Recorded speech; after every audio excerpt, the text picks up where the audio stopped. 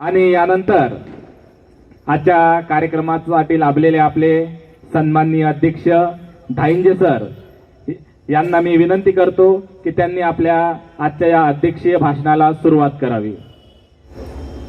महाकारुणिक तथागत भगवान गौतम बुद्ध, बोधिसत्व परमपूज्य डॉक्टर बाबासाहेब आंबेडकर यांच्या विचारांना, यांच्या प्रतिमांना प्रथम मी अभिवादन करतो. आदरणीय भंते नागघोष महाथेरो यांनाही त्याचप्रमाणे भंते बोधिधातू, भंते डॉक्टर हर्ष बोधी, भंते उपाली बोधी या भिक्खू संघांना मी या ठिकाणी प्रेमाने नमन करतो. आजच्या कार्यक्रमाचे प्रमुख वक्ते आणि आपल्या समाजातील एक थोर विचारवंत वसंतजी साळवे साहेब, भारतीय बौद्ध महासभेचे विश्वस्त अध्यक्ष KB मोटगरे सर आणि या धम्मदायक बुद्ध विहाराचे अध्यक्ष दीपक माने, उपाध्यक्ष जितीन कांबळे साहेब, त्याचप्रमाणे धम्मराज अशोक विचार मंचाचे कोषाध्यक्ष RJ गायकवाड साहेब, सचिव चौतमाल सर आणि या कार्यक्रमासाठी उपस्थित असणारे सर्व श्रद्धावान उपासक उपासिका बंधू भगिनींनो, आज आपण या ठिकाणी वर्षावास सांगता समारंभ, त्याचप्रमाणे ग्रंथ वाचन याचा सांगता समारंभ आपण या ठिकाणी आयोजित केलेला आहे. आणि त्या निमित्ताने एक भव्य दिव्य कार्यक्रम व्हावा असं आम्हा सर्वांचा मानस होता आणि त्यानुसार हा सांगता समारंभ आदरणीय भंते यांच्या मार्गदर्शनाखाली आम्ही या ठिकाणी संपन्न करत आहोत. आताच RJ गायकवाड सरांनी सांगितल्याप्रमाणे की वर्षावास आपण सुरू करूया. खरं म्हणजे याच्या अगोदरही आम्ही वर्षावास करत होतो. लॉकडाऊनच्या अगोदर विहार छोटं होतं तेव्हा सुद्धा, परंतु एक नगण्य अशा महिलांची संख्या त्या ठिकाणी असायची आणि फक्त महिलाच असायच्या. परंतु वर्षावासा लॉकडाऊन झाल्यानंतर किंवा हे कोरोना काळ संपल्यानंतर एक भव्य दिव्य असं विहार झालं आणि मग हळूहळू कार्यक्रम चांगल्या प्रकारे होऊ लागले. पुरुषांची सुद्धा उपस्थिती चांगल्या प्रकारे राहायला लागली. परंतु तरी आता साळवे सरांनी सांगितल्याप्रमाणे महिलांची संख्या ही मात्र पुरुषांच्या पेक्षा जास्तच आहे आणि खरं म्हणजे महिलाच या विहाराच्या या सर्व कामकाजामध्ये भाग घेत आहेत. आणि मला वाटतं असंख्य अशा महिला आहेत की त्या पहिल्यांदा या विहारामध्ये बोलत आहेत आणि नुसतं बोलतच नाही तर प्रवचन देत आहेत. आणि ही अतिशय महत्त्वाची गोष्ट या ठिकाणी घडून आलेली आहे. मला आज सुद्धा दिवंगत वाघमारे सत्यभामाताई यांची आठवण होत आहे. खरं म्हणजे त्या या सर्व महिलांच्या प्रेरणास्थान आहेत. आम्ही प्रोत्साहन देत होतो परंतु तरीही महिला पुढे येत नव्हत्या. परंतु त्या ताई पुढे यायच्या, गीत म्हणायच्या, अभ्यास करून यायच्या, मग याचं महत्त्व सांगायचं, एखाद्या दिवसाचं महत्त्व सांगायच्या आणि हळूहळू संख्या वाढत गेली. आणि त्यामुळे हा कार्यक्रम जो आहे हा वर्षावास प्रवचन मालिका जो दर शनिवारी एक वक्ता ठेवला पाहिजे आणि तो वक्ता शक्यतो आपल्या विहारातील असेल तर चांगलंच आहे. आणि याच्यामध्ये महिलांनी अतिशय चांगल्या प्रकारे सहभाग दाखवला आणि अक्षरशः खूप चांगल्या प्रकारे अभ्यास करून अभ्यासपूर्ण अशी बरेचसे या ठिकाणी व्याख्याने झालेले आहेत. त्याच्यामध्ये अतिशय नवख्या पद्धतीने जर म्हटलं तर या ठिकाणी कस्तुराबाई गायकवाड आहेत, त्याचप्रमाणे वैशालीताई गंगावणे आहेत, त्याचप्रमाणे तायडे सिद्धार्थ आहेत, जिजाताई सरदार आहेत, त्याचप्रमाणे वैशालीताई गंगावणे आहेत. असे म्हणजे अतिशय नवखे जे आहेत त्यांनी या ठिकाणी बोलण्याचा प्रयत्न केला, चांगले विचार मांडले, अभ्यास केला. मला वाटतं स्वातीताईंनी या ठिकाणी सांगितलेलंच आहे. तर अशा प्रकारे हा कार्यक्रम या ठिकाणी संपन्न झाला. वर्षावासामध्ये खरं म्हणजे मी वर्षावासाची आमची जेव्हा मीटिंग झाली तेव्हा मी म्हटलं की वर्षावासामध्ये आपलं जे प्रवचन मालिका जी राहणार आहे ती शनिवारी राहील, कारण का साप्ताहिक वंदना शनिवारी असते. आणि आमचे भारतीय बौद्ध महासभा पुणे या शहराची जी वर्षावास मालिका प्रवचन मालिका जी आहे ते संपूर्ण शहरातील विहारांमध्ये चालते आणि दर शनिवारी आणि दर रविवारी असणार आहे. आणि मग ते कधी जास्त करून संध्याकाळीच असणार असल्यामुळे मी त्या कामामध्ये व्यस्त असेल, मला वेळ देता येणार नाही. आणि मी जरी नसलो तरी सुद्धा अतिशय चांगल्या प्रकारे ही जी लढाईची जी खिंड आहे ते RG गायकवाड साहेबांनी या ठिकाणी लढवली आणि अतिशय यशस्वीरित्या हा जो कार्यक्रम जो आहे तो या ठिकाणी पार पाडलेला आहे. तर खरं म्हणजे आपण आतापर्यंत बरेचशा ज्या काही कार्यक्रम जे आयोजित करत आहोत, आता हे वर्षावास प्रवचन मालिका असू द्या किंवा हे ग्रंथ वाचन असू द्या, परंतु लहान मुलांसाठी आता साळवे साहेबांनी सांगितल्याप्रमाणे आपल्या लहान मुलांवरती कसे जास्तीत जास्त संस्कार होतील, ते कसे विहारामध्ये येतील, याच्यासाठी आपण जास्तीत जास्त कार्यक्रम या ठिकाणी आखले पाहिजेत. मला वाटतं ज्या 2 मुली ज्या आहेत बडकवाड यांच्या, त्या नित्यनेमाने येतात आणि त्यांच्यामध्ये फरक दिसतो आहे आपल्याला. मग तो त्यांच्या आईवडिलांना दिसत असेल, आपल्यालाही दिसतो आहे. तर अशा प्रकारे जर विहारामध्ये जर आपली लहान मुलं जर आली, त्यांना जर आपण या बौद्ध धम्माचं ज्ञान दिलं, ते बौद्ध आहेत परंतु खऱ्या अर्थाने त्यांना धम्मदीक्षा दिली पाहिजे, त्यांच्यावरती धम्मसंस्कार केले पाहिजे, त्यांना विहारात आणलं पाहिजे. हे अतिशय महत्त्वाचं काम आपल्या विहारावरती आहे आणि ते आपण काम करण्याचा जास्तीत जास्त प्रयत्न करूया. या ठिकाणी तरुणांच्या पेक्षा लहान मुलं कशी जास्तीत जास्त येतील याच्यासाठी आपण त्यांच्यासाठी वेगळ्या प्रकारचे कार्यक्रम या ठिकाणी आखायचे आहेत आणि तो मानस आपणा सर्वांचा आहे. सर्वांनी जर सहकार्य जर दिलं तर ते सुद्धा आपण कार्यक्रम पुढे सुरू करणार आहोत. कारण का वयस्कांसाठी मग ते वर्षावास प्रवचन मालिका आहे, त्याचप्रमाणे सकाळचं जे मेडिटेशन आहे किंवा वंदना आहे याच्यामध्ये लहान मुलांचा सहभाग तरी पाहिजे त्यापेक्षा कमीच आहे. तरी हा जो आजचा जो कार्यक्रम जो आहे याच्यामध्ये वर्षावास समाप्तीचा कार्यक्रम होता आणि मी खरं म्हणजे साळवे साहेबांना या ठिकाणी प्रमुख वक्ते आणलेला आहे आणि या कार्यक्रमात आणलेला आहे. याच्याबद्दल मला खंत याची वाटत होती की एवढा चांगला वक्ता आणलेला आहे आणि आपण कोणत्या कार्यक्रमाला आणला, वर्षावास समाप्ती, की ज्या वेळेला बरेचसं काही वेगवेगळे कार्यक्रम आपण पार पाडणार आणि त्यांच्यासाठी एक थोडासा वेळ देणार. खरं म्हणजे ते जयंतीच्या कार्यक्रमासाठी 6 डिसेंबरसाठी आणता आला असता बरं, परंतु आग्रह जितीन कांबळे यांचा खूपच आग्रह होता की नाही ना आपल्याला आणायचंच आहे आणि त्याप्रमाणे आणलं. परंतु तरीही आपण सर्वांनी सहकार्य दिल्यामुळे त्यांनी सुद्धा अतिशय चांगल्या प्रकारचं मोलाचं मार्गदर्शन या ठिकाणी केलेलं आहे आणि हे सर्व तुमच्या सर्वांच्या सहकार्यातून, सर्व उपासक उपासिका यांच्या सहकार्यातून घडत आहे. त्याबद्दल अतिशय आनंदाची गोष्ट आहे. आपली अशाच प्रकारे हळूहळू या विहाराचं जे नाव जे आहे जोशीलाताई म्हटलेल्याच आहेत की आम्ही जिथं जातो आणि मी जर सांगितलं की मी केशवनगर धम्मदायात बुद्ध विहारातून आले तर त्यांना माझं खूप कौतुक करतात की अरे तुमचं विहार खूप छान आहे हे आहे. तर अशा प्रकारे केशवनगरच्या विहाराबद्दल पुणे शहरातील अनेक लोकांचं, उपासकांचं, उपासिकांचं आणि विहारांच्या अपेक्षा आहेत की त्या ठिकाणी अतिशय चांगल्या प्रकारचे कार्यक्रम पार पडतात आणि अतिशय होतकरू आणि अतिशय चांगले कार्यकर्ते त्या ठिकाणी आहेत आणि त्याच्यासाठी आपल्याला त्यांच्या नजरेत आपल्याला दाखवून दिलं पाहिजे आणि त्या पद्धतीने आपण काम केलं पाहिजे. कारण का आपला आदर्श जर ते घेणार असतील तर आपल्याला सुद्धा चांगल्या प्रकारचे प्रोग्राम या ठिकाणी लावण्याचा आपण प्रयत्न केला पाहिजे. खूप उशीर झालेला आहे आणि अजून आदरणीय बनते यांची धम्मदेशना आहे, त्यामुळे मी अतिशय जास्त न बोलता ज्या सर्व वक्त्यांनी आणि उपासक उपासिका असतील आपल्या विहारातील, आता त्यांची काही मी नावं घेत नाही, परंतु अतिशय चांगल्या प्रकारचं त्यांनी या ठिकाणी मी नसताना सुद्धा मला खरं म्हणजे त्यांचं ऐकायचं होतं, परंतु मी एकाचंही प्रवचन ऐकलं नाही याची मलाही खंत आहे.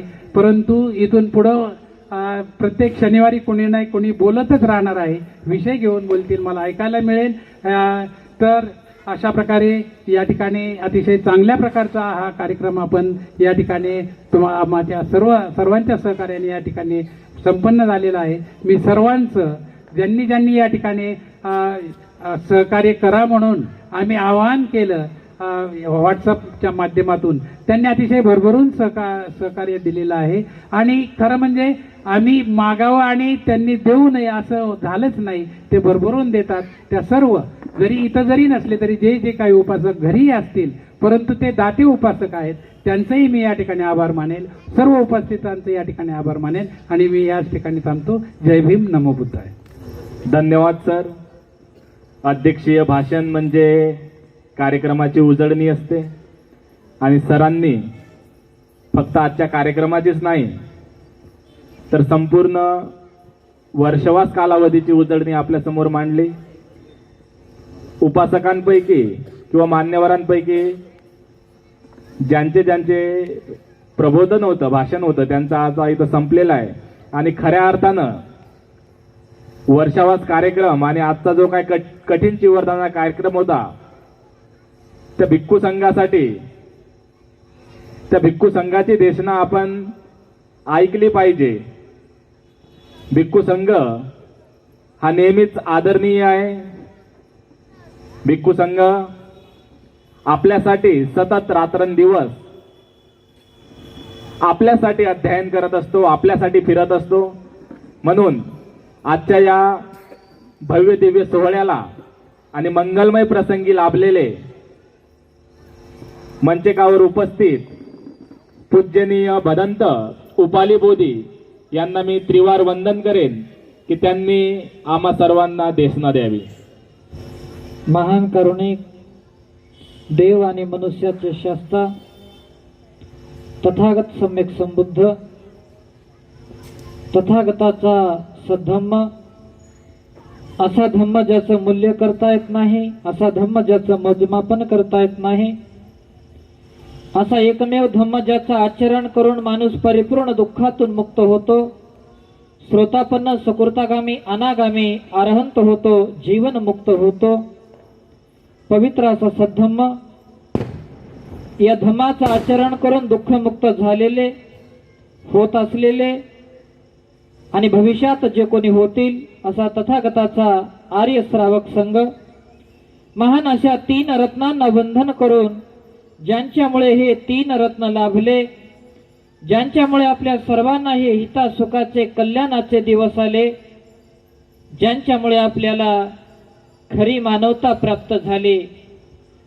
एखादं गाव असेल, गावाच्या बाजूला एखादा बारव असेल, एखादी विहीर असेल आणि संपूर्ण गावातली घाण त्या बारवामध्ये विहिरीमध्ये सोडलेली असावी, नाल्याच्या नाल्या त्या विहिरीमध्ये सोडलेल्या असाव्या आणि त्या विहिरीचा दुर्गंध संपूर्ण गावामध्ये पसरलेला असावा आणि अशा घाणीमध्ये, अशा दुर्गंधीमध्ये एखादा व्यक्ती पाय घसरून पडावा आणि अशा घाणीतल्या पाय घसरून पडलेल्या व्यक्तीला, दुर्गंधीमध्ये पडलेल्या व्यक्तीला प्रेमाचा हात देऊन, करुणेचा हात देऊन, मैत्रीचा हात देऊन ज्या महामानवांनी बाहेर काढण्याचं काम केलं, ज्यांनी तथागताच्या 10 पारमिता पूर्ण करून बोधिसत्वाचा साक्षात्कार करून घेतला, एवढंच नाही, ज्यांनी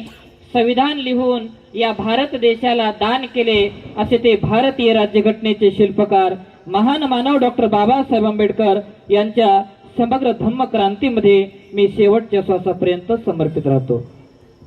आजच्या या मंगल प्रसंगी विचार मंचावरती उपस्थित असलेले पूजनीय गुरुवर्य भदंत नागघोषजी महाथेरो, पूजनीय भदंत डॉक्टर हर्षबोधी महाथेरो औरंगाबाद, आजच्या कार्यक्रमानिमित्त उपस्थित असलेले मोडघरे सर, साळवे सर, सर्व श्रद्धावान उपासक उपासिका, दायक आणि दायिकांनो, मोठ्या एकाग्र चित्ताने अधिष्ठान करून या वर्षावास पर्यावरण दिनानिमित्त आपण या ठिकाणी उपस्थित झालो आहोत. धम्माला श्रवण करण्याकरिता, धम्म ऐकून घेण्याकरिता, समजून घेण्याकरिता आपण या ठिकाणी उपस्थित झालो आहोत. मी नेहमी सांगत असतो, आपण ज्या कामाला गेलो तेच जर आपण काम केलं तर ते निश्चितच सक्सेस होत असते. आपण घरी सांगितलं आम्ही विहारामध्ये जात आहोत, विहारामध्ये जाऊन धम्माला श्रवण करण्याचं काम करणार आहोत, ग्रहण करण्याचं काम करणार आहोत, तर विहारामध्ये येऊन आपण केवळ आणि केवळ धम्मालाच श्रवण केलं पाहिजे, धम्मालाच ग्रहण केलं पाहिजे. परंतु कित्येक असे उपासक आहेत की ज्यांच्या कधी गाठी भेटी होत नाहीत, ज्यांचे कधी बोलणे होत नाहीत. अशांना वाटतं की विहारामध्ये जावं, फलाना बी येतंय, तिथं आमचा थोडासा चर्चा होईल, आमचे एकमेकांशी संवाद होईल, असा विचार काय करून विहारामध्ये येत असतात. आणि असा विचार करून आल्यामुळं धम्माला समजून घ्यायचं नाही, उमजून घ्यायचं नाही, ऐकायचं नाही धम्म नेमका कसा आहे ते, आणि त्याच्यामुळं दुःखमुक्तीचा मार्ग समजत नाही आणि संपूर्ण जीवन हे दुःखानं, व्याकुळतेनं, कष्टानं ते घालत असतात. अशा कित्येक महिला आमच्यापाशी येतात, भंतेजी आपण सांगता विहारामध्ये गेल्याच्या नंतर माणूस माणसाच्या दुःखातून मुक्त होतं. भंतेजी आपण नेहमी सांगता विहारामध्ये गेल्याच्या नंतर माणूस माणसाच्या दुःखातून मुक्त होतं. भंतेजी आम्ही रोज विहारात येतो, आम्ही रोज विहारात येतो, तरी पण आम्ही आमच्या दुःखातून मुक्त का झालो नाही, याचं कारण काय आपण आम्हाला सांगावं. भगवंतांनी दोन प्रकारची दुःख सांगितले. बुद्ध म्हणतात एक शारीरिक दुःख असते, एक मानसिक दुःख असते. शारीरिक दुःख प्रत्येकाला होणार आहे, भगवंताला सुद्धा झालं होतं. ज्या वेळेला त्यांच्या पायावरती देवदत्तामुळे धोंडा लागलेला आणि त्यावेळेला त्यांच्या पायातून सुद्धा रक्त वाहत गेलं, हे शारीरिक दुःख. बुद्धांनी दुसरं मनाचं जे मानसिक दुःख सांगितलं, आणि मनाला होणारं जे दुःख आहे याच्यातून बाहेर पडण्याचा मार्ग म्हणजे बुद्धाचा धम्म आहे. मग कित्येक महिला प्रश्न करतात की भंतेजी आम्ही रोज विहारात येतो तरी पण आम्ही आमच्या दुःखातून मुक्त नाही झालो, याचं कारण काय. बघा तुम्ही रोज विहारामध्ये येता तरी पण तुम्ही तुमच्या दुःखातून मुक्त झाले नाहीत, याचं कारण असं आहे भगवंतांनी याचं नाव विहार ठेवलेलं आहे. याचं नाव विहार ठेवलं. आणि विहार म्हणजे काय, जिथे विशेष प्रकारची हार होते त्याला विहार म्हणतात. जिथे विशेष प्रकारची हार होते त्याला विहार म्हणतात. मग विहारामध्ये कशाची हार होते, तर विहारामध्ये रागाची हार होते, विहारामध्ये द्वेषाची हार होते, विहारामध्ये तृष्णेची हार होते, विहारामध्ये वासनेची हार होते, विहारामध्ये अहंकाराची हार होते, विहारामध्ये मीपणाची, आळसाची हार होते. मग आपण अजून आपल्या दुःखातून मुक्त का झालो नाही, तर आपण विहारामध्ये जाताना राग घेऊन गेलो, विहारामध्ये जाताना द्वेष घेऊन गेलो, विहारामध्ये जाताना तृष्णा घेऊन गेलो, मीपणा घेऊन गेलो, वासना घेऊन गेलो, अहंकार घेऊन गेलो, आणि त्याच्यामुळं अजून आपण आपल्या दुःखातून मुक्त झालो नाही. जिथे अहंकार आहे तिथे धम्म नाही. कोणाला कशाचा अहंकार, कोणाला कशाचा अहंकार, कोणाला धन दौलतीचा अहंकार राहतो, आणि ते धन दौलतीचा अहंकार दाखवण्याकरिता मग सोने नाणे घालणे आणि त्या सोन्या नाण्याचा अहंकार घेऊन विहारामध्ये येणे. आणि मग ते विहारामध्ये आल्याच्या नंतर महिला मंडळ एकमेकींना बोलताना कानामध्ये झुमके घालून, ते अहंकार, सोन्याचा अहंकार बघा, कानामध्ये झुमके घालून येतात आणि मग एकमेकींना बोलताना अशा माना हलवलो, बऱ्या का बाई, कशा खुशाला का, बघा ते कान हल्ले पाहिजे, सगळ्यांना दिसलं पाहिजे बाई माझ्या कानामध्ये झुमके आहे, सगळ्याला दिसलं पाहिजे. मग पुढची बाई म्हणते बाई केव्हा झुमके घेतले, माय म्हणे कालच आमच्या साहेबाने घेतले हो, माय दुसऱ्याच्या मुहूर्त, माय म्हणे आमचं मेलं काय घेत नाही म्हणे, आमचं पिदाडच आहे म्हणे. बघा आपण आपला तर गर्व दाखवला, आपला अहंकार दाखवला, परंतु दुसऱ्या बाईच्या मनामध्ये तिच्या पतीच्या बद्दल द्वेष सुद्धा उत्पन्न केला. आपण याच्यामध्ये सुख पाहतो. भगवंतांनी सांगितलं की निब्बानं परमोसुखं, निब्बानं परमोसुखं म्हणजे निर्वाण एक असं सुख आहे की ते चिरकाळापर्यंत टिकून राहणार आहे. हे सोन्या चांदीमध्ये सुख नाही आहे, आणि याच्यामध्ये सुख असतं तर सिद्धार्थ गौतमाने ग्रह त्याग केला नसता. आपण याच्यामध्ये सुख पाहिलं आणि याच्यामुळे आपण दुःखी आहोत, व्याकुळ आहोत, भयभीत आहोत, कष्टी आहोत. आपण याच्यातून बाहेर आलं पाहिजे. काही काहींना चांगल्या चांगल्या साड्यांचा गर्व असतो, ते त्यांचा गर्व करतात आणि तो गर्व करून विहारामध्ये येतात, त्याच्यामुळे ते दुःखी, त्याच्यामुळे व्याकुळ, त्याच्यामुळे कष्टी. काही काहींना ज्ञानाचा अहंकार असतो आणि ज्ञानाचा अहंकार असलेल्या व्यक्तीला वाटतं विहारामध्ये गेल्याच्या नंतर केवळ आणि केवळ माझ्याकडेच माईक असावं, दुसऱ्याकडे नसूच नाही. याला ज्ञानाचा अहंकार म्हणायचं. आणि ज्ञानाचा अहंकार असल्यामुळे सुद्धा माणूस दुःखी होतं, व्याकुळ होतं, कष्टी होतं, भयभीत होतं. बुद्धांनी सांगितलं तीव्र इच्छा आणि तृष्णेला परिपूर्ण नष्ट करून आपण आपल्या दुःखातून मुक्त होतो. आपल्याला जर आपल्या दुःखातून मुक्त व्हायचं असेल तर हा संपूर्ण राग, द्वेष, हा जो अहंकार आहे, कशाचा अहंकार, या सगळ्या अहंकारातून आपल्याला बाहेर पडावं लागेल. तेव्हाच आपण आपल्या दुःखातून मुक्त होतो. आपल्याला विहारात जाताना राग रहित, द्वेष रहित, तृष्णा रहित, मीपणा रहित, वासना रहित ठेवून आपल्याला विहारामध्ये जावं लागेल. तेव्हाच आपण आपल्या दुःखातून मुक्त हो, अन्यथा आपण आपल्या दुःखातून मुक्त होणार नाही. विहारात जातात, धम्मदेसना श्रवण करतात आणि शेजारी बसलेल्या बाईच्या प्रती द्वेष करतात. रोज मी पुढच्या जागेवर बसते, आज मी आधी आली मी ह्या गादीवर जाऊन बसली. द्वेष, इतका द्वेष. आणि हा द्वेष असल्यामुळं माणूस माणसाच्या दुःखातून मुक्त होऊ शकत नाही. तुम्ही कितीही विहारात गेलात, तुम्ही कितीही बुद्ध पूजा केली, परंतु जोपर्यंत हा द्वेष जाणार नाही, जोपर्यंत हा अहंकार जाणार नाही, जोपर्यंत हा जो मी आहे हा मी जाणार नाही, तोपर्यंत तुम्ही तुमच्या दुःखातून मुक्त होणार नाही. आणि मग याच्याकरिता विहारामध्ये जाताना श्रद्धायुक्त चित्ताने जाणे, श्रद्धायुक्त चित्ताने विहारामध्ये जाऊन सद्धम्माला श्रवण करणे, ग्रहण करणे, सातत्यानं धम्माचं मनन आणि चिंतन करणे हे सातत्यानं आपल्याला करावं लागेल. धम्माचं सातत्यानं आपल्याला आचरण करावं लागेल. तेव्हा उपासक आणि उपासिकांनो आपण आपल्या दुःखातून निश्चितच मुक्त होऊ. आणि मग विहारात गेल्याच्या नंतर भंते जे असतील किंवा धम्मचारी असतील, जे आपल्याला भगवान बुद्धांनी उपदेशिला सद्धम्म अगदी सरळ, साध्या आणि सोप्या पद्धतीनं समजावून सांगण्याचं काम करतात, या धम्माला सुद्धा आपल्याला श्रवण करावं लागेल. भगवंतांनी 2 प्रकारचे आहार सांगितले. बुद्ध म्हणतात एक शारीरिक आहार असतो आणि एक मानसिक आहार असतो. शरीराचा आहार वेगळा आणि मनाचा आहार वेगळा. शरीराचा आहार म्हणजे भोजन जर आपण कित्येक दिवस नाही केलं तर हे शरीर मरून जातं. भोजन जर आपण नाही केलं तर हे शरीर मरून जातं. आणि मेलेल्या शरीरापुढे कितीही रडलं, कितीही आरडलं, कितीही ओरडलं तरी ते शरीर उठून उभं राहत नाही आणि आपल्याला बोलत नाही. आपण कितीही म्हणलं उठा ना आणि 2 शब्द बोला ना तरी ते बोलत नाही. कारण शरीराचा आहार न घेतल्यामुळं शरीर मेलं आणि मेलेल्या शरीरापुढे कितीही रडलं तरी ते उठत नाही, बोलत नाही. त्याच पद्धतीनं बुद्धांनी मनाचा आहार सांगितलेला आहे. मनाचा आहार म्हणजे धम्मदेसना श्रवण करणे, ध्यान करणे हा मनाचा आहार आहे. आणि कित्येक लोकांनी कित्येक काळापासून धम्मदेसना श्रवण केली नाही किंवा ध्यान केलं नाही आणि मनाचा आहार न केल्यामुळं कित्येक लोकांची मनं ही मेलेली आहेत. आणि मग ज्या पद्धतीनं मेलेल्या माणसापुढे कितीही रडलं तरी ते उठून जागा होत नाही, त्या पद्धतीनं मेलेल्या माणसाला कितीही धम्म सांगितला तरी तो त्याला समजत नाही. विचारलं कुठे गेले होते? माझ्या धम्मदाय बुद्ध विहारामध्ये वर्षावासाचा समारोप होता, तिथं गेलो होतो. मग तिथं काय प्रवचन झालं? माय लय नादर दिलं, पण काय आठवणा दिलं मात्र नादर दिलं, लय नादर झाला कार्यक्रम, आठवणा झाले. प्रज्ञा नाही, मन मेलेली आहेत. आणि म्हणून या मनाला जागृत करण्याकरिता आपल्याला शरीराच्या आहाराबरोबर मनाचा आहार द्यावा लागेल. आणि मनाचा आहार केवळ आणि केवळ बुद्धाच्या विहारामध्ये भेटतो. आणि म्हणून नीतिनियमानं वेळातला वेळ काढून विहारामध्ये या.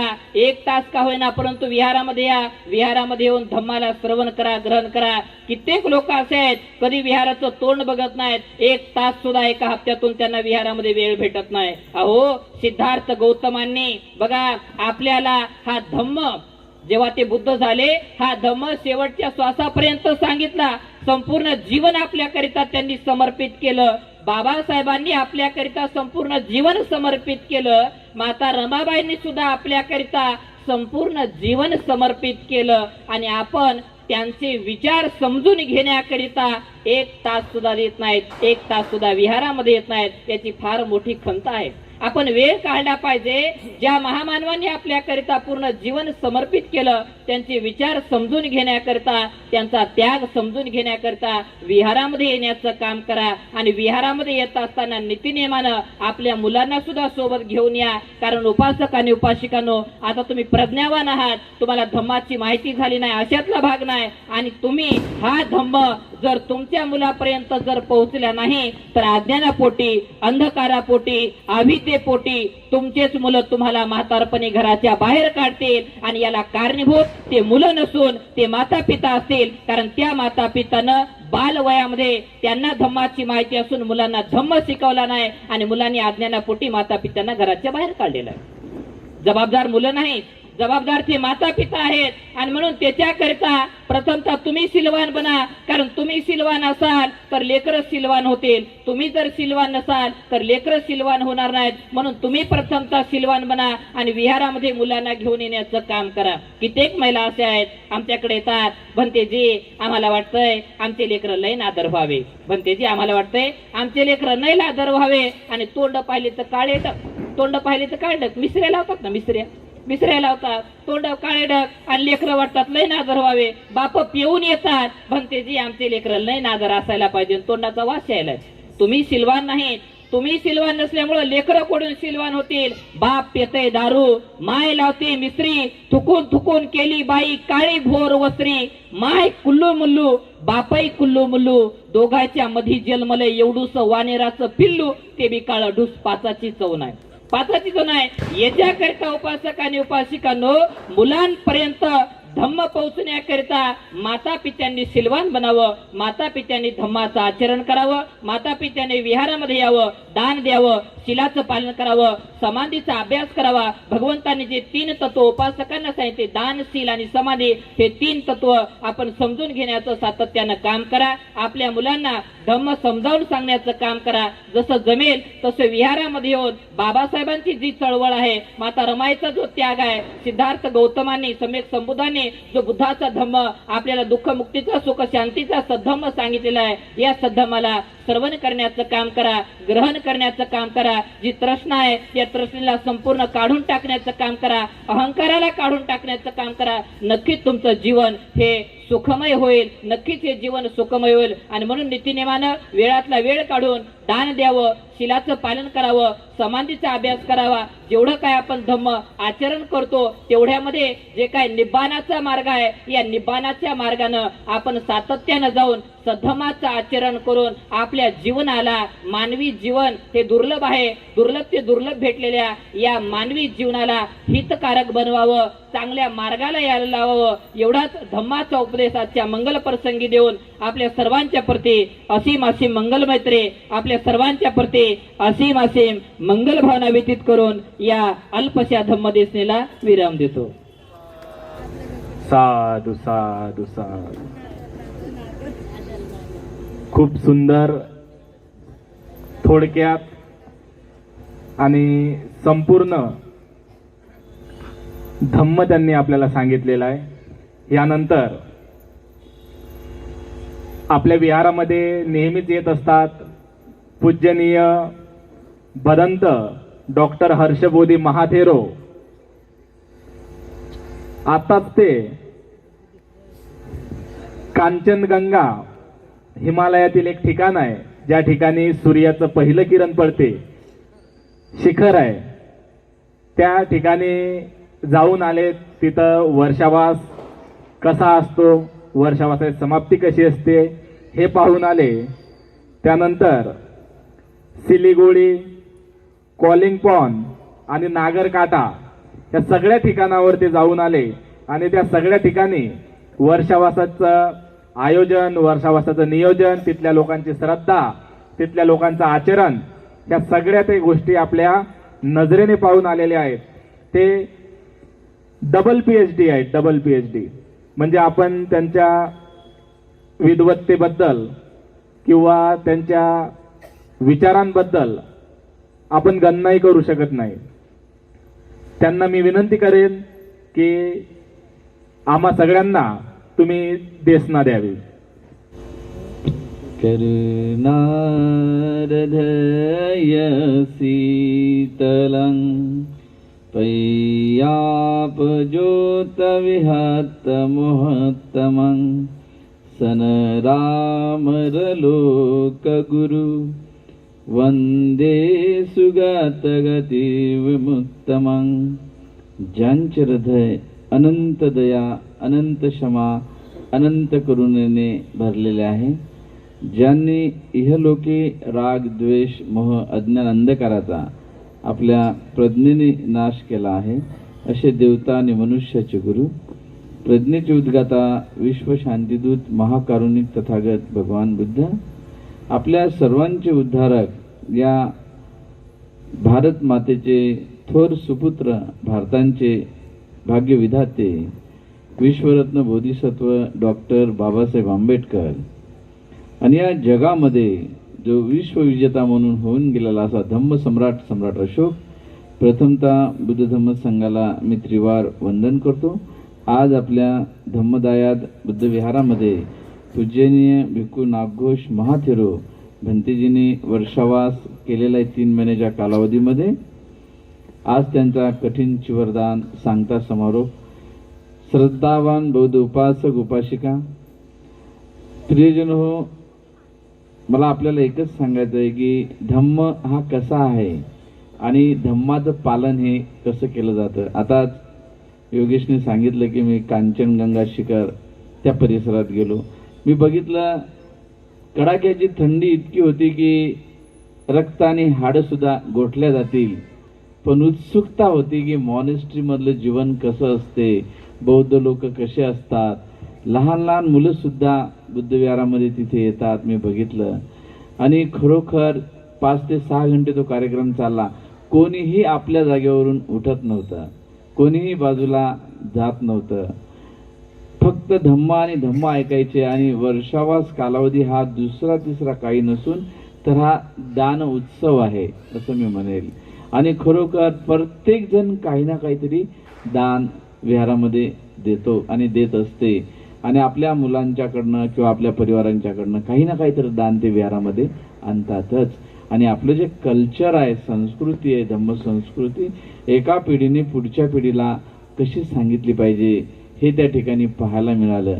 चिमुकला देश आहे हिमालयाच्या कुशीमध्ये, जो की भूतान बौद्ध राष्ट्र, लोकसंख्या जेमतेम मला वाटते 15 ते 25 लाख असेल, त्यामधले 11 लाख तर भारतीयच आहेत, आणि कट्टर त्या देशाचे 10 ते 12 लाखच आहे, बाकी इकडून तिकडून आलेले.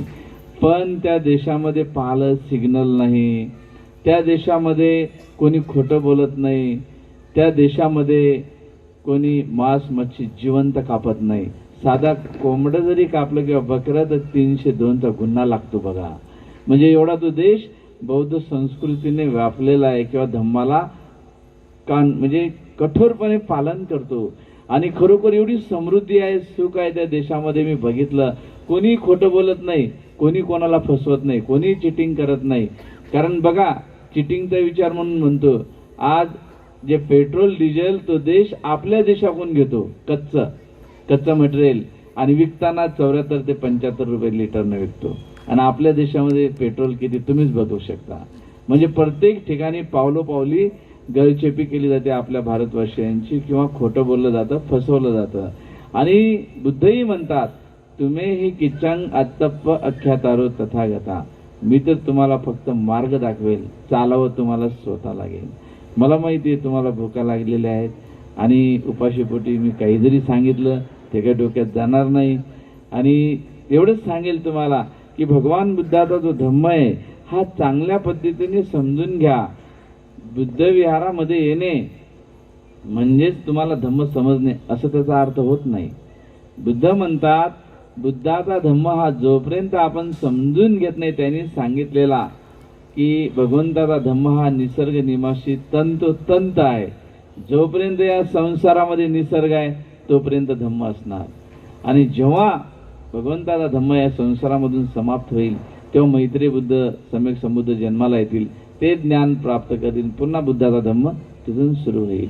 म्हणून मी तुम्हाला एवढंच म्हणेल की आपलं आयुष्य कमी पडते हा धम्म समजून घेत असताना. आपलं आयुष्य पुन्हा पुन्हा आपल्याला मिळत नाही, पुन्हा पुन्हा आपलं तारुण्य मिळत नाही, आणि ज्या पण गोष्टी शिकायच्या असतात त्या तारुण्याच्या आतमध्ये शिकाव्या लागतात. आणि म्हणून बुद्ध म्हणतात की ह्या सर्व गोष्टी तुम्ही शिकून या संसारामध्ये निब्बानाचा साक्षात्कार करून घ्या. सर्वात मोठं सुख जर कोणतं असेल तर ते निब्बान आहे. निब्बानं परमं सुखं, याच्या पुढे दुसरं सुख कोणतंच नाही असं बुद्धांनी म्हटलेलं आहे. तर असो, आजच्या मंगल प्रसंगी एवढासा अल्पसा धम्म संदेश देऊन आपल्या सर्वांचं कल्याण हो, सर्वांचं मंगल हो, सर्वांना हिताचा आणि सुखाचा मार्ग मिळो एवढं बोलून या ठिकाणी मी थांबतो.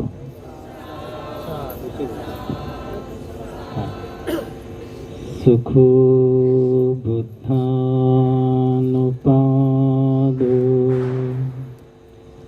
सुखा सद्धम्मदेशना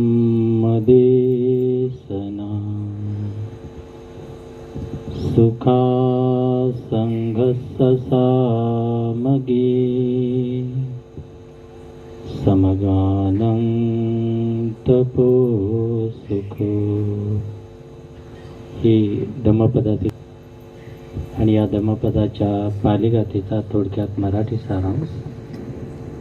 सुखदायक आहे बुद्धाचा जन्म, सुखदायक आहे धम्माची देशना श्रवण करणे हे सुखदायक आहे,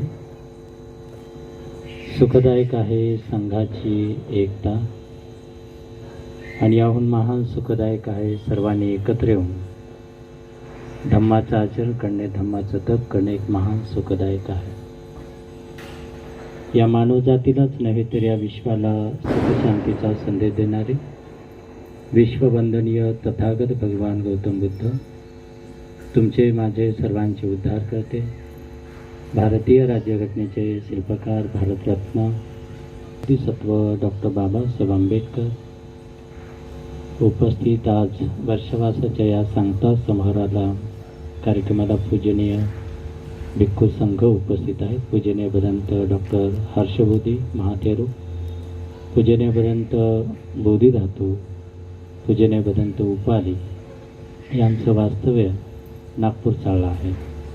आणि वर्षावास जसा आपल्या इथं झाला तशाच प्रकारे भंते उपाली यांचा वर्षावास नागपूर चाळ इथे झालेला आहे येरवडा. भंते उपाली हे अत्यंत ध्यान साधना वगैरे करणारे आहेत आणि खूप चांगल्या प्रकारचा अभ्यास करतात, धम्माचा प्रचार प्रसार करण्याचा प्रयत्न करतात. तर अशा पद्धतीनं पूजनीय भिक्खू संघ आपल्याला लाभलेला आहे. आजच्या या कार्यक्रमाचे सन्माननीय अध्यक्ष आणि आज खऱ्या अर्थाने जे प्रमुख वक्ते म्हणून जे लाभलेले आहेत, खऱ्या अर्थाने आंबेडकर चळवळीचे एक निष्ठावंत की अत्यंत खूप एक चांगल्या प्रकारच्या या चळवळीला समर्पण करतात, ते आदरणीय वसंतरावजी साळवे गुरुजी आणि उपस्थित सर्वच धम्मदायक बुद्धयाराचे सर्व श्रद्धासंपन्न उपासक उपासिका तथा सर्वच पुण्यातून अनेक विभागातून आलेले सर्व श्रद्धासंपन्न उपासक उपासिका. आज वर्षावासाचा सांगता समारोह होत आहे. खऱ्या अर्थाने वर्षावास जो काय आहे, भगवान बुद्धांनी जो काय भिक्खू संघाला वर्षावासाचा जो काही विनय घालून दिलेला आहे, तो विनय म्हणजे की थोडक्यात या वर्षावास म्हणजे पावसाच्या दिवसामध्ये आषाढ ते अश्विन पौर्णिमा थोडक्यात या कालावधीमध्ये भिक्खूंनी एका ठिकाणी वास्तव्य करावं आणि केवळ वास्तव्य करूनच राहायचं नाही. सुरुवातीच्या वेळेस भिक्खू फक्त वास्तव्य करायचे राहत होते, काही धम्मदेशना वगैरे देत नव्हते. मग एके दिवशी राजा प्रसेनजित राजा बिंबिसार हा भगवंताकडे जातो आणि भगवंताकडे जाऊन म्हणतो की भंते, इतरही साधू संन्यासी किंवा इतरही लोक चातुर्मासात जैन साधू किंवा अनेक लोक ऋषी मुनी संत अनेक लोक होते त्यांच्या मंदिरात किंवा त्यांच्या मॉनेस्ट्री किंवा त्यांच्या त्याच्यात राहतात आणि ते जसं त्यांचे संत किंवा जे काही साधू आहे ते उपदेश करतात, तशा प्रकारे भगवान आपल्या भिक्खू संघाने विहारामध्ये वास्तव्य केल्याच्या नंतर भिक्खूने देखील उपदेश करावं, धम्माची देशना द्यावं.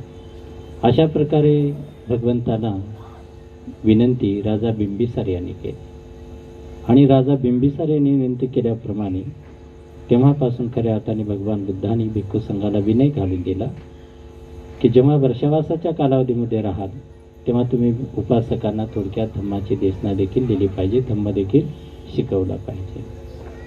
आणि या वर्षावासाच्या कालावधीमध्ये खऱ्या अर्थाने आपल्याला धम्म शिकण्याची खूप चांगली सुवर्ण संधी प्राप्त होते. दररोज आपल्याला ग्रंथाचं वाचन किंवा श्रवण करण्याची आपल्याला संधी प्राप्त होते आणि मग खऱ्या अर्थाने आपलं जीवन खऱ्या अर्थाने आपल्या जीवनामध्ये सुख, समाधान, शांती जर मिळवायची असेल, आपल्या जीवनामध्ये शांतता हवी, सुख हवे. आता सुख तर सर्वांनाच हवं, शांती तर सर्वांनाच हवं, दुःख कोणालाही नको आहे. असा एकही माणूस नाही इथं की कोणी म्हणणार नाही की मला दुःख पाहिजे. आपण प्रत्येकजण खऱ्या अर्थाने आपल्याला सुखच पाहिजे. प्रत्येकजण आपल्याला आपल्या जीवनामध्ये शांतीच पाहिजे, अशा प्रकारे प्रत्येकजण आपण प्रयत्न करतो. तर थोडक्यात जीवनामध्ये खऱ्या अर्थाने सुख जे काय आहे, शांती जे काय आहे, तर हे सुख, समाधान, शांती जर खऱ्या अर्थाने लाभवायचे असेल आणि खऱ्या अर्थाने आपलं जीवन जर तणावमुक्त जर आपल्याला जीवन जगायचं असेल, तर खऱ्या अर्थाने विहाराशिवाय पर्याय नाही आहे. विहाराशिवाय पर्याय नाही. आणि मग खऱ्या अर्थाने विहारात आपण गेलं पाहिजे, विहारात गेलं पाहिजे. डॉक्टर बाबासाहेब आंबेडकरांचं शेवटचं भाषण झालं 25 नोव्हेंबर 1956ला सारनाथच्या मृगदाय वनामध्ये शेवटचं भाषण झालं. आणि त्या शेवटच्या भाषणामध्ये डॉक्टर बाबासाहेब आंबेडकर म्हणतात की बौद्धांवर काय जबाबदारी आहे, बौद्धांवर काय जबाबदारी आहे. तर खऱ्या अर्थाने डॉक्टर बाबासाहेब आंबेडकर त्या भाषणामध्ये 5 गोष्टीची अपेक्षा करतात. त्या 5 गोष्टीपैकी एक गोष्ट म्हणजे डॉक्टर बाबासाहेब आंबेडकर म्हणतात की प्रत्येक बौद्धांनी प्रत्येक रविवारी विहारात गेलंच पाहिजे. प्रत्येक रविवारी विहारात गेलं पाहिजे. विहारात जर गेलं तरच आपल्याला धम्म शिकायला मिळेल. विहारात गेलं तरच आपल्याला चांगले संस्कार मिळतील. आणि जर विहारात जर गेलो नाही आपण, तर आपल्यावर चांगले संस्कार होणार नाही किंवा आपलं जीवन सुखमय बनणार नाही किंवा आपल्या खऱ्या अर्थाने जीवन हे दुःखमय बनेल. आणि मग आज आपण पाहतो की आज माणसाची भौतिक प्रगती झालेली आहे. म्हणजे आपल्याकडे सुखाचे साधनं भरपूर आले. भौतिक म्हणजे धन, दौलत, संपत्ती, पैसा हे सर्व आलं. गाडी आलं, बंगला आला, सर्व आलं. पण आज कुठंतरी आपण पहा की आपण थोडंसं निरीक्षण करा स्वतःचं की भौतिक प्रगती झालेली आहे, परंतु आपल्याकडे सुख मात्र कुठंतरी अभाव दिसते. शांतीचा अभाव दिसते. शांतीचा अभाव दिसते. भौतिक प्रगती झाली, पण त्या भौतिक प्रगतीबरोबरच आपल्याला ताण तणाव देखील आलेला आहे. ताण तणाव देखील आलेला आहे. आणि मग जर ताण तणाव जर असेल, दुःखात जर जीवन असेल, तर खऱ्या अर्थाने मग या जीवन जगण्याचा उद्देश काय? जीवन जगण्याचा तो उद्देश म्हणजे आपलं जीवन सुखी बनावं हे आहे. सुखासाठी आपण धडपडतो, सुखासाठी आपण धडपडतो. आणि मग ते सुख जर मिळत नसेल, तर खऱ्या अर्थाने जीवन मग जगण्यात ते नुसतं दुःखमय जीवन घालवण्यात काय अर्थ आहे? आणि मग थोडक्यात की आपलं जीवन जर सुखमय जर बनवायचं असेल, तर सुखमय बनवण्यासाठी खऱ्या अर्थाने विहारात आलं पाहिजे, शील समजून घेतलं पाहिजे, हे धम्म समजून घेतला पाहिजे, तर आपलं जीवन सुखमय बनू शकते. आणि मग खऱ्या अर्थाने वर्षावास ही जी काय परंपरा आहे, तर ही वर्षावास खऱ्या अर्थाने ही भगवंताच्या काळापासून आलेली परंपरा आहे. भगवंताच्या काळात भगवान बुद्धाने देखील दरवर्षी वर्षावास करत होते. भगवान बुद्धांनी सर्वात जास्त वर्षावास हे श्रावस्तीला केलेले आहे. असं सांगितलं जाते की भगवान बुद्धांनी 25 वर्षावास हे श्रावस्तीला केलेले आहे. 25 वर्षावास श्रावस्तीला केलेले आहे.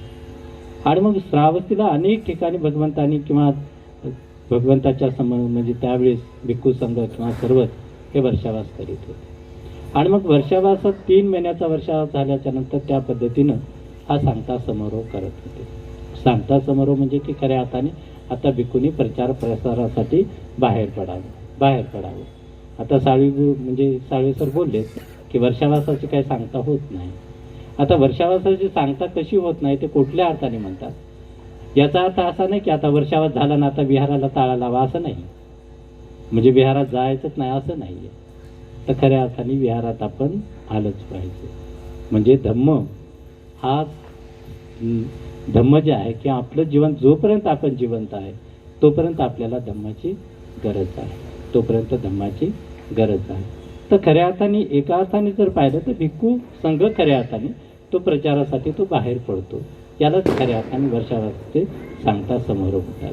तर खऱ्या अर्थाने या वर्षावासाचा जो काही कालावधी आहे हा वर्षावास कशासाठी आहे? तर खऱ्या अर्थाने उपासक उपासिकांना बुद्धविहारामध्ये जाऊन भिक्खूंना भोजनदान देणे किंवा त्यांची सेवा करणं हे पुण्य संपादन करण्याची ही परंपरा आहे. पुण्य आपल्याला मिळावं, आपल्याला पुण्याचा लाभ व्हावं. कारण आपल्याकडे जर पुण्य असेल, आपण जर सत्कर्म केले, चांगले कर्म जर केले, तर माणसाला हे सत्कर्म किंवा जेव्हा माणूस धम्म शिकतो आणि चांगले सत्कर्म करतो, तेव्हा माणसाच्या जीवनामध्ये खऱ्या अर्थाने सुख प्राप्त होत असते. आणि म्हणून एक भगवंताच्या काळातील घटना सांगतो मी आणि थांबतो मी. भगवंताच्या काळातील ही घटना अशी आहे की एकदा भगवंत श्रावस्तीला असते वेळेस भगवंताच्या असंच वर्षावासाचा सांगता समारोह होत असते. आणि या सांगता समारोहाला प्रजापती गौतमी, जसं आपण आज जे कठीणचे वरदान करतो आपण, तशा प्रकारे भगवंताच्या काळात देखील भिक्खू संघालाही चिवरदान देण्याची परंपरा आहे. चिवरदान अष्टपरिस्कार म्हणतात. थोडक्यात भिक्खूंना ज्या काही अत्यावश्यक गोष्टी आहेत त्या अत्यावश्यक गोष्टी भिक्खूला देणे. आता विदेशामध्ये वेगवेगळी परंपरा आहे. थायलंडमध्ये छत्री देतात, चप्पल देतात किंवा अनेक गोष्टी देतात. अनेक औषधीचं दान देतात. अनेक देशाची वेगवेगळी परंपरा आहे. तर खऱ्या अर्थाने आज आपण थायलंड किंवा अनेक देशामध्ये बौद्ध धर्म का वाढतो, तर खऱ्या अर्थाने त्यांच्याकडली खूप श्रद्धा, बुद्ध धम्म संघाच्या बाबतीत खूप मोठी श्रद्धा विकसित झालेली पाहायला मिळते. खूप मोठी श्रद्धा. आताच दांजे सर थायलंडहून आले. अगदी थायलंडमध्ये जर पाहिलं, भिक्खू जर त्या भिक्खूला जर रोड क्रॉस जर करायचा असेल, रोड म्हणजे क्रॉस करायचा असेल, तर अगदी दोन्ही साईडची ट्रॅफिक थांबते. काय सिग्नलची गरज नाही, कशाचीच गरज नाही. पाहिलं ना सर तुम्ही, संजय सर आणि भगतताई आमच्या जाऊन आल्या. तर अशा पद्धतीचं एवढं मोठं अगदी भिक्खू संघाचं अगदी सन्मान करतात. आणि भिक्खू सकाळी 6 वाजता जरी गेलं तर त्यांना पिंडात दान मिळते. सकाळी 6 वाजता थायलंड असेल, श्रीलंका असेल, या देशामध्ये. मी देखील 1 वर्ष श्रीलंकेला होतो. अगदी सकाळी 6 वाजता जरी भिक्खू गेला तरी पण त्यांना पिंडदान मिळते, म्हणजे भिक्षापात्र म्हणजे भोजन मिळते थोडं. तर अशा प्रकारची जी श्रद्धा आहे, त्या श्रद्धेमुळे खऱ्या अर्थाने आज विदेशामध्ये धम्म वाढतो. मग आमच्या इकडे का वाढत नाही? खऱ्या अर्थाने आमच्याकडे का वाढत नाही? आमच्याकडे का वाढत नाही? आम्ही कुठं कमी पडतो? तर खऱ्या अर्थाने थोडे आम्ही धम्माच्या प्रती जी काही श्रद्धा विकसित करायला पाहिजे, ते खऱ्या अर्थाने कुठंतरी कमी पडते. कुठंतरी आमचा श्रद्धेचा अभाव होतो. आणि मग थोडक्यात की धम्म जर वाढवायचा असेल, धम्म गतिमान जर करायचा असेल, तर खऱ्या अर्थाने आपलं जीवन सार्थकी जर करायचं असेल, तर खऱ्या अर्थाने आपल्याही म्हणजे बुद्ध धम्म संघाच्या प्रती आपल्या मनामध्ये श्रद्धा आपण विकसित केली पाहिजे. भगवंताच्या काळातील एक घटना सांगतो मी की भगवंताचा असंच वर्षावासाचा सांगता समारोह असते. आणि त्या सांगता समारोहाला चिवरदान देण्याची ही बुद्धाच्या काळापासून ही परंपरा आहे. तर ती घटना अशी आहे की प्रजापती गौतमीनं स्वतःच्या हाताने 3 महिने स्वतःच्या हाताने सूत कापून स्वतःच्या हाताने चिवर बनवलं होतं. प्रजापती गौतमी कोण? जे सिद्धार्थाचा सांभाळ केला, जे आई पण आणि मावशी पण आणि आई पण. ज्या प्रजापती गौतमीने सिद्धार्थाचा सांभाळ केला, ती मावशी पण झाली आणि आई पण झाली. त्याच प्रजापती गौतमीनं भगवंतासाठी एक सुंदर असं चांगलं स्वतःच्या हाताने सूत कापून म्हणजे चिवर बनवलं. आणि चिवर बनवल्याच्या नंतर असा सांगता समारोहाच्या वेळेस तिच्या मनामध्ये खूप श्रद्धा उत्पन्न झाली की ही चिवर ही मी भगवंताला दान देईन आणि ही चिवर हे भगवंतानीच वापरावं, म्हणजे भगवंतानीच याचा वापर करा. अशा प्रकारे तिच्या मनामध्ये श्रद्धा उत्पन्न होती. आणि जेव्हा त्या सांगता समारोहाच्या कार्यक्रमाला स्वतः चिवर घेऊन येते आणि ती भगवंताला दान देते, तर तेव्हा भगवंत काय म्हणतात? प्रजापती, हे दान भगवंताला न देता तू संघाला दान दे. हे दान भगवंताला न देता तू संघाला दान दे. आता किती केलं तर प्रजापतीच्या मनामध्ये एक ममत्व पण आहे, श्रद्धा पण आहे. आणि तिला असं वाटते की मी हे भगवंताला दिलेलं चिवरदान हे भगवंतानीच याचा वापर करावा. कारण तिनं खूप मोठ्या श्रद्धेनं, खूप मोठ्या ममत्वेनं बनवलेलं होतं. आणि जेव्हा भगवंताकडे जाते तर भगवंत म्हणतात की हे प्रजापती, हे तू संघाला दान दे. पहिल्यांदा एक भगवंत सांगतात, परत ती दुसऱ्यांदा येते की बनते तुम्हीच हे स्वीकार करावं. दुसऱ्यांदा देखील भगवंत सांगतात की हे प्रजापती तू संघाला दान दे. दुसऱ्यांदा देखील भगवंत म्हणतात की प्रजापती हे संघाला दान दे, तू संघाला दान दे. दुसऱ्यांदा देखील भगवंत नाकारतात. परत तिसऱ्यांदा ती दान देते. परत तिसऱ्यांदा देखील भगवंत म्हणतात की हे तू संघाला दान दे. तर भगवंत संघाला दान का द्या म्हणतात? कारण संघाला दिलेलं, भिक्खू संघाला दान दिलेलं हे अत्यंत महान असं पुण्यदायक आहे. भिक्खू संघाला दान दिलेलं महान पुण्यदायक आहे. भिक्खू संघाला भोजन दान दिलेलं एक महान पुण्यदायक आहे. आज जसं सकाळी धम्मदायक बुद्धविहाराच्या सर्व महिला मंडळांनी भिक्खू संघाला दान दिलं, सामूहिकरित्या दान दिलं, हे खूप मोठं पुण्यकर्म असतं, खूप मोठं पुण्यकर्म असतं. भिक्खू संघाला भोजन दान देणं, चिवदान देणं एक पुण्यकर्म आहे. आणि म्हणून भगवंत म्हणतात की प्रजापती हे तुला अधिक पुण्य मिळावं, अधिक पुण्याचा लाभ व्हावं, आणि म्हणून तू संघाला दान दे. थोडक्यात भगवान बुद्ध देखील भिक्खू संघ ही श्रेष्ठ म्हणतात, भिक्खू संघाला श्रेष्ठ म्हणतात. तर सांगायचं तात्पर्य थोडक्यात की आपल्या जीवनामध्ये खऱ्या अर्थाने सुख जर प्राप्त करायचं असेल तर अशा प्रकारे आपल्या मनामध्ये श्रद्धा उत्पन्न झाली पाहिजे. एक डॉक्टर बाबासाहेब आंबेडकरांचा प्रसंग सांगतो. 1954 मध्ये डॉक्टर बाबासाहेब आंबेडकर ब्रह्मदेशात गेले होते, मंडेलाला. आणि मंडेलाला गेला असता डॉक्टर बाबासाहेब आंबेडकर आपल्या आठवणी सांगतात, आठवणीत की मंडेलाला गेलो होतो. बाबासाहेब खूप मोठी आठवण सांगतात, ब्रह्मदेशाची खूप मोठी आठवण सांगतात. तर मी सांगणार नाही ते. तर डॉक्टर बाबासाहेब आंबेडकर सांगतात की एक बुद्धविहार आहे आणि ते एवढं उंच आहे, एवढं उंच आहे की त्याच्या पायऱ्या चढून जाण्यासाठी किती 1080 पायऱ्या आहेत. किती होत्या? 1080 पायऱ्या होत्या. तर डॉक्टर बाबासाहेब आंबेडकर तर मंडेलाला गेले. डॉक्टर बाबासाहेब आंबेडकरांना म्हणजे धम्माची प्रती श्रद्धा, धम्माच्याबद्दल ओढ. मग डॉक्टर बाबासाहेब आंबेडकर म्हणतात आता 1954ला गेल्यावर डॉक्टर बाबासाहेब आंबेडकरांचं शारीरिकदृष्ट्या थकवा आला होता. म्हणजे शरीर थकलं होतं शरीर. कारण बाबासाहेबांच्या आयुष्यभरांचं संघर्षाचंही जीवन होतं, संघर्षाचं जीवन होतं. तर तेव्हा डॉक्टर बाबासाहेब आंबेडकरांच्या मनात तर ती श्रद्धा झाली की आपण त्या विहारात गेलं पाहिजे, त्या विहारात गेलं पाहिजे.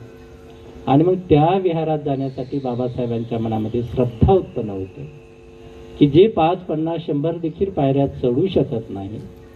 डॉक्टर बाबासाहेब आंबेडकर म्हणतात की मी त्या श्रद्धेपोटी त्या धम्माचं बल प्राप्त होते आणि मी ते तेवढ्या पायऱ्या चढून त्या विहारात गेलो. आणि डॉक्टर बाबासाहेब आंबेडकर पुढे म्हणतात त्या तिथं सोन्याची मूर्ती आहे, सोन्याची मूर्ती आहे. पण सोन्याची मूर्ती असूनही त्या देशामध्ये एक कंजूस म्हणजे जे काय मास म्हणतो ना, छोटे देखील सोनं चोरीला गेलेलं नाही. सोनं देखील चोरी जात नाही. कुठल्याही प्रकारच्या विहारात लोक 11 वाजेपर्यंत थांबतात, 11च्या नंतर त्या विहारात थांबत कोणीच नाही, तरी तिथं चोरी होत नाही. आणि आपल्या भारतातली काय परिस्थिती? देवही चोरून नेतात सोन्याचे. CCTV असते, सगळं काही असते, वेळेस सगळं नेतात तेच. आता मुळात खऱ्या अर्थाने काल्पनिकच आहे सगळं. डॉक्टर बाबासाहेब आंबेडकर म्हणतात की सगळं हे काल्पनिकच आहे. आमच्यासाठी हे सगळं 33 कोटी देवता वगैरे सगळं काल्पनिकच आहे. कारण हे सगळं आम्हाला कसं निर्माण केलं तर आम्हाला भीतीपोटी निर्माण केलं, भयापोटी निर्माण केलेलं आहे. हे सगळं काही धर्म जे काय उदयाला आलं तर खऱ्या अर्थाने की हे भयापोटी, भीतीपोटी. कर्मकांड का करतो माणूस? उपास तापास व्रत वैकल्य का करतो? केवळ परंपरा आहे म्हणून करतो. माझी आई करते, सासू करते म्हणून आम्ही उपवास व्रत करतो. आता 9 दिवस 9 वारे काय काय असतं उपवास व्रत, काय काय करतात लोक देवीचं वगैरे. तर हे खऱ्या अर्थाने का करतात? ते कर्मकांड का करतात आम्ही, का करतो आम्ही? तर केवळ परंपरा म्हणून करतो, परंपरा म्हणून करतो. आणि म्हणून महामानवांनो किंवा खऱ्या अर्थाने आपण सर्व की आमचा जर विकास व्हायचा असेल, आमची जर प्रगती जर करायची असेल तर डॉक्टर बाबासाहेब आंबेडकरांनी धम्मच आम्हाला आमच्या जीवनामध्ये पालन करावं लागेल. धम्माचं जर आचरण जर केलं तरच आमची प्रगती होईल, आमचा जो विकास होईल, आमची जी प्रगती होईल. तर खऱ्या अर्थाने जे काही पंचशील आहे हे पंचशीलाचं पालन केल्यावरच आमची विकास आणि प्रगती होईल. आणि आम्हाला शांती जर मिळवायची असेल तर शांती कुठं बाहेर नाही, तर शांती खऱ्या अर्थाने बुद्ध म्हणतात की तुमच्याच मनात आहे, तुमच्याच मनात आहे. सुखाची निर्मिती देखील तुमच्याच मनात आहे आणि दुःखाची निर्मिती देखील तुमच्याच मनात आहे. सुख दुःख कुठं निर्माण होते? सगळं मनामध्ये निर्माण होते. जेव्हा तुमचं मन चंचल असते, मनात राग असते, द्वेष असते, तेव्हा तुम्ही अशांत असता. आणि जेव्हा मन स्थिर असेल, मनामध्ये मैत्रीभाव असेल, करुणा असेल, तेव्हा आपलं मन शांत असेल तर जीवनामध्ये शांती मिळते. आणि मग थोडक्यात सुखदुःख कुठं आहे? तर सुखदुःख हे बाहेर कुठं नाही, हे सुखदुःख सर्व मनामध्ये आहे. आणि याच मनाला स्थिर करायचं. कारण मन म्हटलं की मन काय खूप चंचल आहे, खूप चंचल आहे. शरीर आता पहा, आपलं शरीर इथं बसलं पण मन कुठं कुठं भटकते, मन कुठं कुठं भटकते. शरीराने आपण इथं बसलो पण मन मात्र भटकत राहते. आणि म्हणून भगवान बुद्ध म्हणतात की जगामध्ये सर्वात वेगवान जर काय असेल तर हे मन आहे. जगात सर्वात वेगवान काय आहे? तर मन आहे. आणि या मनाला स्थिर करण्यासाठीच आपण विहारात आलं पाहिजे. जीवनात शांती जर मिळवायचं असेल, सुख मिळवायचं असेल तर खऱ्या अर्थाने विहारात आलं पाहिजे. आणि म्हणून आपण विहारात यावं, धर्माचं पालन करावं आणि वेळोवेळी दान धर्म करावं, पुण्य संपादन करावं हे खऱ्या अर्थाने जीवनाचा उद्देश आहे. तेव्हा आजच्या प्रसंगी अधिक न बोलता आजच्या प्रसंगी एवढा शुभ संदेश देऊ. खूप चांगल्या प्रकारचा वर्षावास झालेला आहे. अनेक लोक उपासक उपासिका विहारात दररोज येत होत्या. खूप मोठ्या श्रद्धेनं धम्मश्रवण केलेलं आहे. तेव्हा आपल्या सर्वांचं मंगल हो. या चिवरदानासाठी अनेक उपासिक उपासिकांनी चिवरदानासाठी दान दिलेलं आहे, भोजनदानासाठी दान दिलेलं आहे. आपल्या सर्वांचंच मंगल हो, सर्वांचंच कल्याण हो, सर्वांना सुख समाधान शांतता लाभो, आपणा सर्वांना आरोग्याचा लाभ हो. भिक्खू संघ थोडक्यात आशीर्वाद गाथा देत आहे.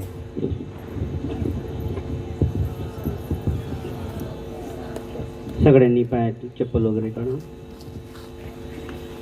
पुन्हा एकदा हृदयाशी हात जोडा, आशीर्वाद ग्रहण करा.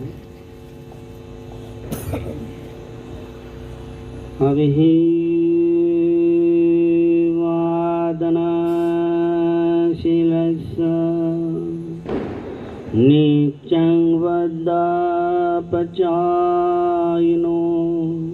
चत्तारो धम्मवर्धन्ते आयुवन्नो सुखं बलम् आयुरारोग्यसम्पत्ति सद्गसम्पत्तिमेव च ततो निब्बाणसम्पत्ति मिनाते समेध्यतु सविन्तिवो विभजन्तु सब्बरोगो विनश्यतु माते भवन्तन्तरायो सुखी दीर्घायुको भव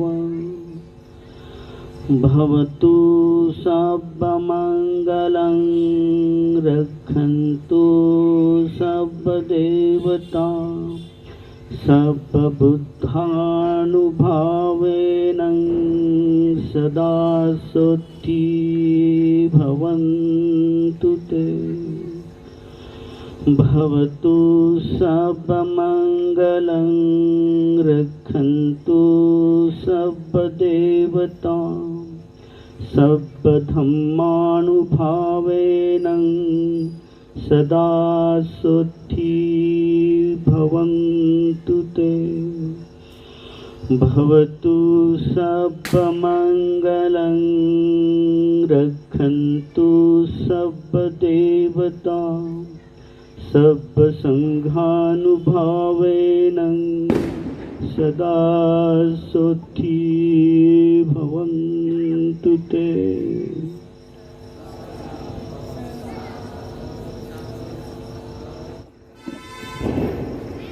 बंतेजींनी खूप चांगल्या पद्धतीने आपल्याला देसना दिलेली आहे. आता आपण कार्यक्रमाच्या शेवटच्या टप्प्यात आलेलो आहोत. प्रास्ताविक झाले, वंदना झाली, अतिथीच्या येण्याने कार्यक्रमाला शोभा आली, आपल्या मार्गदर्शनाने आम्हाला दिशा मिळाली. शेवटी आता आभार प्रदर्शनाची वेळ झाली. शेवटी आता आभार प्रदर्शनाची वेळ झाली. म्हणून आजच्या कार्यक्रमाचं आभार मानण्यासाठी मी आपल्या विहाराचे सन्माननीय सदस्य महादेवजी दंदी साहेब यांना विनंती करतो की त्यांनी स्टेजवर यायचं आहे आणि आभार व्यक्त करायचा आहे. त्या शांतीचा संदेश देणारे महाकारुणिक तथागत गौतम बुद्ध, भारतीय राज्यघटनेचे शिल्पकार डॉक्टर बाबासाहेब आंबेडकर आणि तसेच आजच्या कार्यक्रमासाठी उपस्थित भंतेगण वर्ग आणि आजच्या कार्यक्रमाचे अध्यक्ष माननीय दाईंजे सर आणि या कार्यक्रमाचे प्रमुख वक्ते वसंतजी साळवी सर आणि मोटघरे सर आणि उपस्थित बंधू आणि भगिनींनो, यांना सर्वांना माझा मानाचा जय भीम. आज वर्षावासानिमित्त आज म्हणजे आभार प्रदर्शनाचा कार्यक्रम माझ्याकडे दिलेला आहे आणि 3 महिने जो आपल्या विहारात वर्षावासाचा कार्यक्रम महिला मंडळांनी जो चांगल्या पद्धतीने पार पाडला आणि खरोखर त्यांनी त्याच्यासाठी खूप कष्ट केले. पहिले त्यांचे मी आभार मानतो. आणि दुसरी गोष्ट, आर.जी. गायकवाड यांनी पण 3 महिने या कार्यक्रमाचे खूप चांगल्या प्रकारे नियोजन केले, त्यांचे पण मी चांगले आभार मानतो. आणि आजचा हा कार्यक्रम म्हणजे आज वर्षावास सांगता सोहळा नसून म्हणजे सांगता सोहळ्याचा कार्यक्रम आहे, पण हा याचा कार्यक्रमाचा शेवट नाही. म्हणजे आज असा म्हणजे शेवट असा करायचा आहे की आजपासून सुरुवात करायची आणि सुरुवात अशी करायची. आज आपल्याला म्हणजे वसंत साळवे सरांनी सुद्धा सांगितलं आणि बंतेजींनी सुद्धा सांगितलं आणि दाईंजे सरांनी सांगितलं, आपण आपल्या मुलांना जर विहारात जर आणलं नाही तर त्यांना म्हणजे आपल्या धम्माचा काही त्यांना कळणारच नाही आहे. म्हणून आपण सर्वथा आपण म्हणजे बंधू आणि भगिनींनो, आपण आपल्या मुलांना जसा वेळ मिळेल शनिवार रविवार कधी पण आपल्या मुलांना आणा आणि भंतेजीकडून धम्मदेशना घ्या, कारण हे खूप महत्वाचं आहे. आज आपले मुलं इंजिनियर होतात, डॉक्टर होतात, सर्व होतात, पण यांना जर धम्माची काही माहिती जर विचारली तर यांना काहीच माहिती नसतं. आणि आज जर आपल्या धम्माची जर माहिती जर मिळाली नाही तर आज आपल्या धम्माचा प्रसार आणि प्रचार हा इथंच थांबणार आहे. म्हणून जर आपल्याला जर आज हा धम्माचा प्रसार आणि प्रचार जर पुढे न्यायचा असेल तर आपण आपल्या मुलांना विहारात आणण्याची जबाबदारी आपली आहे आणि आपल्या मुलांना आणा आणि त्यांना धम्मदेशना द्या, तर खरोखरच आपला म्हणजे धम्म हा पुढे जाईल. एवढंच मी बोलतो आणि थांबतो आणि सर्वांची इथं आभार मानतो. सर्व कार्यक्रमाला उपस्थित राहिले त्याच्याबद्दल मी सर्वांचे आभार मानतो आणि इथं थांबतो.